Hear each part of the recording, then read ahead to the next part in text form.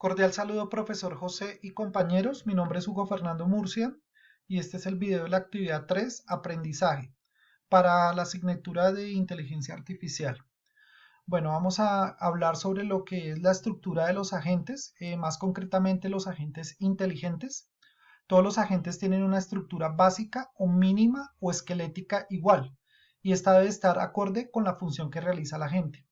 Entonces vemos que un agente inteligente es igual a la arquitectura más el programa.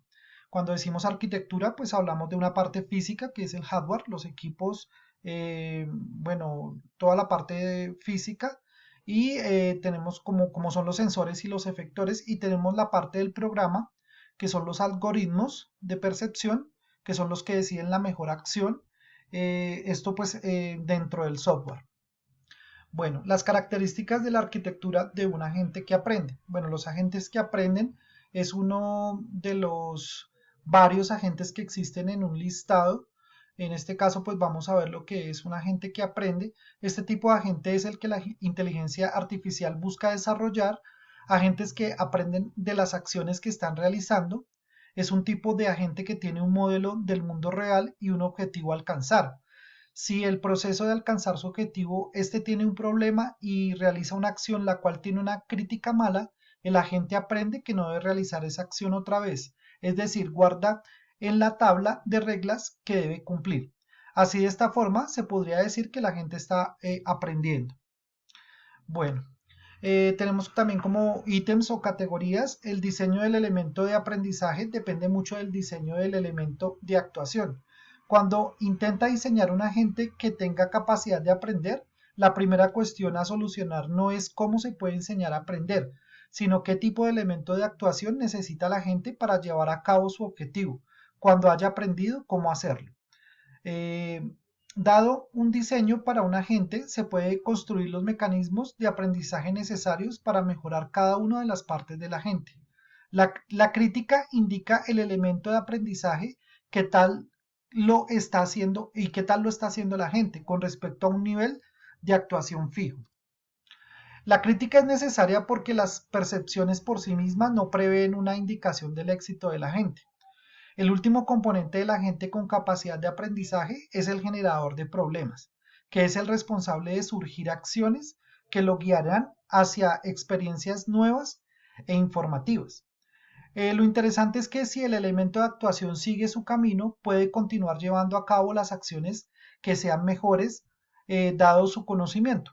Pero si el agente dispuesto a explorar un poco y llevar a cabo algunas acciones que no sean totalmente óptimas o a corto plazo puede descubrir acciones mejores a largo plazo, el trabajo del generador de problemas es sugerir estas acciones exploratorias. Bueno, aquí vemos un diagrama pues, de lo que son las medidas de la gente que aprende. Tenemos las medidas de desempeño, la parte crítica, la retroalimentación, los elementos de aprendizaje, el generador de problemas del cual hablábamos, el elemento ejecutor, pues los sensores, la parte física, el ambiente donde pues se va a relacionar el agente. Bueno, ahora vamos a hablar sobre el aprendizaje supervisado y el aprendizaje no supervisado. Entonces tenemos que el supervisado es uno de los dos tipos de aprendizaje que se utilizan en el machine learning. El aprendizaje supervisado es el más común. Se le denomina así porque el desarrollador o programador, es decir, un ser humano, es el que actúa como guía para enseñar el algoritmo las conclusiones a las que debe llegar. O sea, la salida del algoritmo ya es conocida previamente. Este aprendizaje incluye tipos de algoritmos como la regresión lineal y logística o máquinas de vectores de soporte, entre otros. Es muy similar a la forma en la que los niños aprenden de sus profesores y requiere que los posibles resultados del algoritmo ya sean conocidos y que los datos utilizados para entrenar y educar al algoritmo ya estén etiquetados con las respuestas correctas. En conclusión, es un aprendizaje cerrado porque se supervisa para que determinado dato X, el algoritmo aprenda determinado dato Y. Bueno, tenemos el no supervisado. Por otro lado, el aprendizaje no supervisado está más estrechamente alineado con la inteligencia artificial, ya que da la idea de que una máquina puede aprender a identificar procesos y patrones complejos sin necesidad de que un ser humano le proporcione orientación y supervisión a lo largo del proceso de aprendizaje. Algunos ejemplos de algoritmos de aprendizaje no supervisado incluyen el agrupamiento y las reglas de asociación. En el caso de este tipo de aprendizaje no existe un conjunto de datos de entrenamiento previo. Se aborda el problema de manera ciega y solo con operaciones lógicas para guiarlo. Aunque a primera vista parece imposible, se trata de la capacidad de resolver los problemas complejos utilizando solo datos de entrada y los algoritmos lógicos. Se evita así el uso de datos de referencia. Bueno, ahora vamos a hablar de lo que son los algoritmos de clasificación KNN o Netted Neighbors y los C4.5. Bueno, el K-Nearest Neighbors es un algoritmo basado en instancia de tipo supervisado de Machine Learning. Puede usarse para clasificar nuevas muestras, o sea, valores discretos, o para predecir regresiones o valores continuos. Al ser un método sencillo, es ideal para introducirse en el mundo del aprendizaje automático. Sirve esencialmente para clasificar valores buscando los puntos de datos más similares por cercanía aprendidos en la etapa de entrenamiento y haciendo conjeturas de nuevos puntos basados en esta clasificación. El KNN es un algoritmo de aprendizaje supervisado, es decir, que a partir de un juego de datos inicial, su objetivo será el de clasificar correctamente todas las instancias nuevas. El juego de datos típico de este tipo de algoritmos está formado por varios atributos descriptivos y un solo atributo objetivo, también llamado clase. Bueno, entonces tenemos el ejemplo de un algoritmo KNN. Entonces consideramos un conjunto de datos clasificados en dos categorías, como se muestra pues en la gráfica que estamos viendo acá. Entonces se requiere clasificar un nuevo vector de datos que se encuentre en la región mostrada en la siguiente gráfica, en la que voy a mostrar a continuación. Entonces tenemos los dos tipos de datos, unos verdes y unos rojos, o la categoría 1 y la categoría 2. Entonces, el algoritmo KNN sigue los siguientes pasos para determinar a qué categoría pertenece el nuevo dato que se debe clasificar. Entonces, el primer paso selecciona el número de K vecinos. El segundo paso toma los K vecinos más cercanos al nuevo elemento de acuerdo con la distancia euclidiana.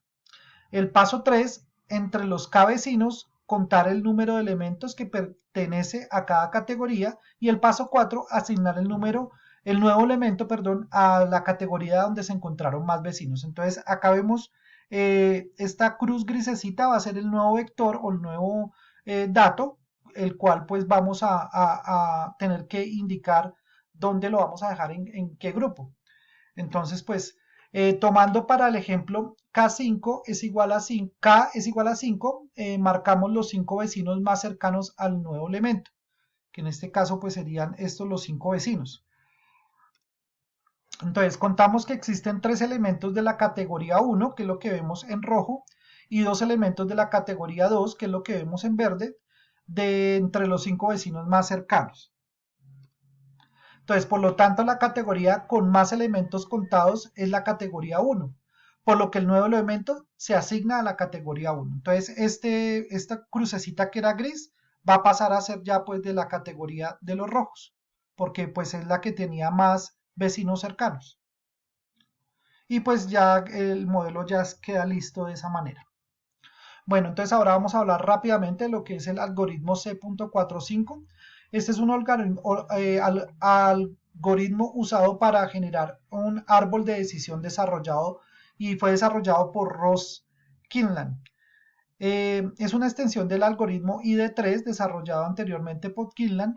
Los árboles de decisión generados por C4.5 pueden ser usados para clasificación y por esta razón C4.5 está casi siempre referido como clasificador estadístico. Entonces aquí vemos pues que el algoritmo C4.5 genera un árbol de decisión a partir de los datos mediante particiones realizadas recursivamente. El árbol se construye mediante la estrategia de profundidad. Primero, depth first, el algoritmo considera todas las pruebas posibles que pueden dividir el conjunto de datos y selecciona la prueba que resulta en la mayor ganancia de información. Para cada atributo discreto se considera una prueba con n resultados siendo n el número de posibles que puedan tomar el atributo. Para cada atributo continuo se realiza una prueba binaria sobre cada uno de los valores que toma el atributo en los datos. Cada nodo, el sistema debe iniciar cuál prueba escoger para dividir los datos. Pues acá tenemos un ejemplo, como nos pedía el profesor, pues de este tipo de algoritmos. Entonces tenemos, este es un ejemplo como de una matriz de decisión para el tema de darle un préstamo a una persona. Entonces, pues tenemos los ingresos, si son mayores o menores a 1.500, entonces los antecedentes, si tiene antecedentes penales, sí o no, digamos en el caso que tenga antecedentes penales, entonces no ofrecer el préstamo, etcétera, etcétera. Entonces, así vemos que es un árbol, el cual va desplegando unos nodos y estos van teniendo unas características con las cuales se van tomando las decisiones. Bueno, ahora hablamos del algoritmo Can-Means. Can-Means es un algoritmo de clasificación no supervisada o clusterización, que agrupa objetos en K grupos basándose en sus características. El agrupamiento se realiza minimizando la suma de distancias entre cada objeto y el centroide de su grupo o clúster. Se suele usar la distancia cuadrática. Entonces acá vemos un ejemplo de cómo funciona este tipo de algoritmo. Tenemos el single linking. En estadística, la agrupación en clúster de enlace único es uno de los varios métodos, o sea, esto es un método más de agrupación jerárquica. Se basa en agrupar grupos de forma ascendente, agrupación aglomerativa, combinado en cada paso de dos grupos que contienen el par de elementos más cercanos que aún no pertenece al mismo grupo que el otro. Entonces tenemos que tiene una medida de distancia mínima entre los pares de puntos, uno en cada clúster. Agrupa vecinos de vecinos y busca alta conectividad, no grupos compactos. Bueno, entonces aquí pues ya damos este es como el ejemplo de cómo funciona el single line, el linking. Y pues ya, eso sería todo. Muchísimas gracias y hasta una próxima oportunidad.